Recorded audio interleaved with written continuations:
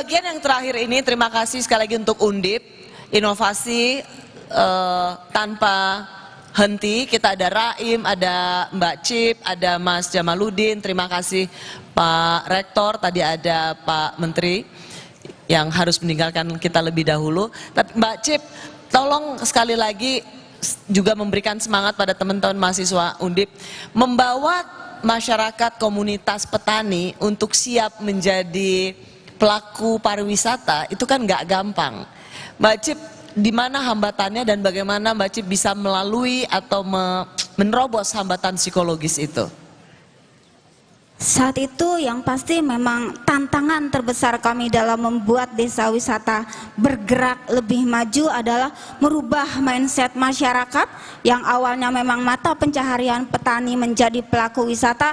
Itu tantangan terbesar kami saat itu. Dan intinya yang saat itu kami lakukan adalah memang selalu memberi contoh, Mbak Rosi.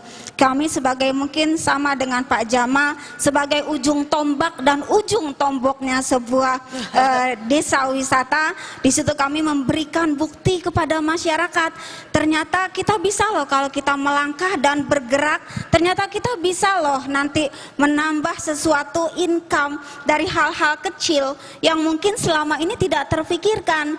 Itu yang selalu kami lakukan, Mbak Rosi, saat itu. Jadi bagaimana saya, teman-teman pemandu dan ibaratnya pembuka jalan agar wisatawan datang dan datang lagi ke Penting Sari.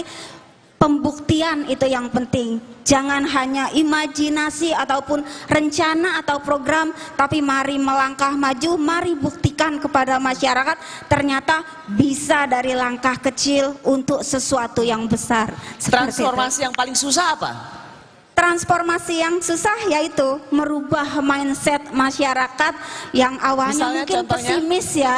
Saat itu pesimis, mungkin kalau teman-teman mahasiswa atau mahasiswi Undip melihat di Google kami, kita itu nggak punya daya tarik wisata, Mbak Rosi. Kita nggak punya air terjun, kita nggak punya embung, tapi hanya dari sebuah kampung kecil yang tidak apa-apa, tidak punya sesuatu yang bisa dibanggakan, ternyata bisa kami jadikan sebuah destinasi yang dimana setiap spot-spot atau titik-titik dari kampung kami jadikan destinasi, dan itu digerakkan oleh masyarakat lokal, Mbak Rosi. Seperti Tepuk tangan dulu dong untuk Mbak Cipta.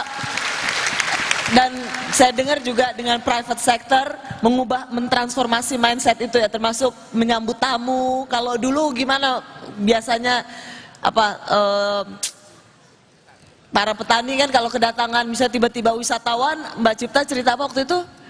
Betul banget, Mbak Rosi. Di 2008 itu pasti kakak-kakak mahasiswa atau mahasiswi paham ya, kalau petani kan yang dihadapi hanya sawah dan mungkin kerbau atau sapi.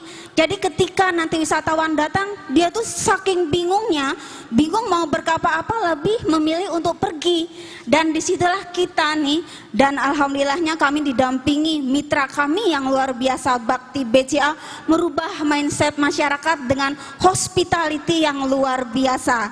Bagaimana masyarakat didampingi oleh mitra kami yang luar biasa itu melayani wisatawan dengan 3S-nya, senyum, sapa, salam. Jadi nanti itu menjadi feel-nya ketika masuk ke desa wisata kami, bagaimana hospitality di homestay, bagaimana hospitality nanti di kepemanduan, itu kami luar biasa didampingi oleh mitra yang luar biasa, sehingga alhamdulillah kita didapuk menjadi Asian Sustainable Award tahun 2024 lalu dalam kategori CBT, Mbak Rosi. Apa itu?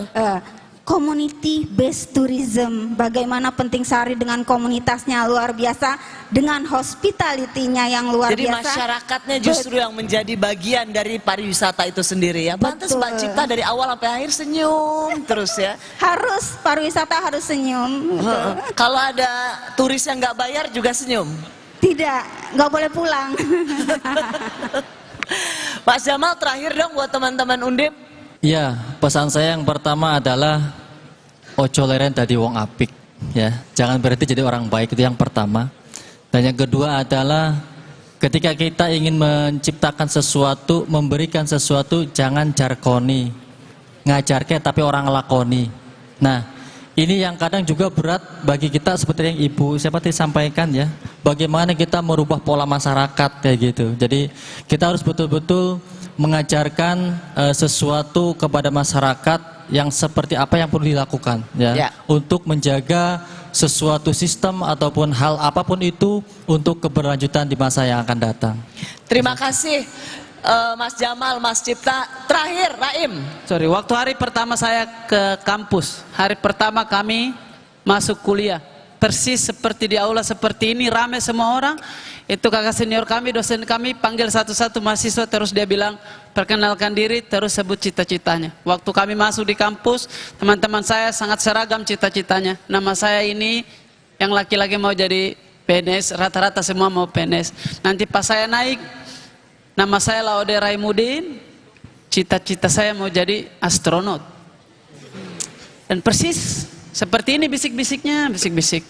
Waktu saya bilang saya pengen jadi astronot itu, saya juga sadar tidak mungkin dalam hidupnya saya akan jadi astronot.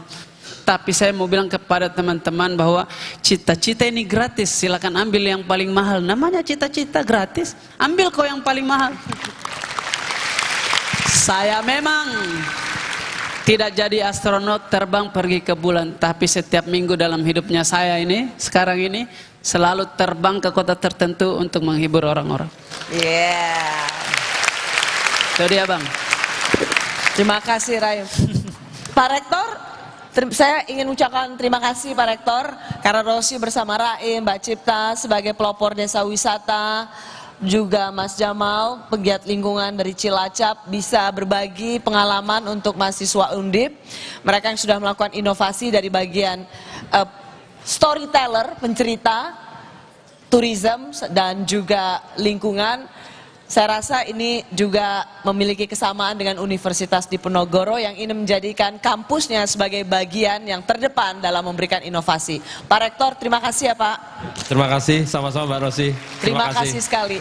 Persembahan terakhir tapi paling istimewa. Inilah Raim Laude.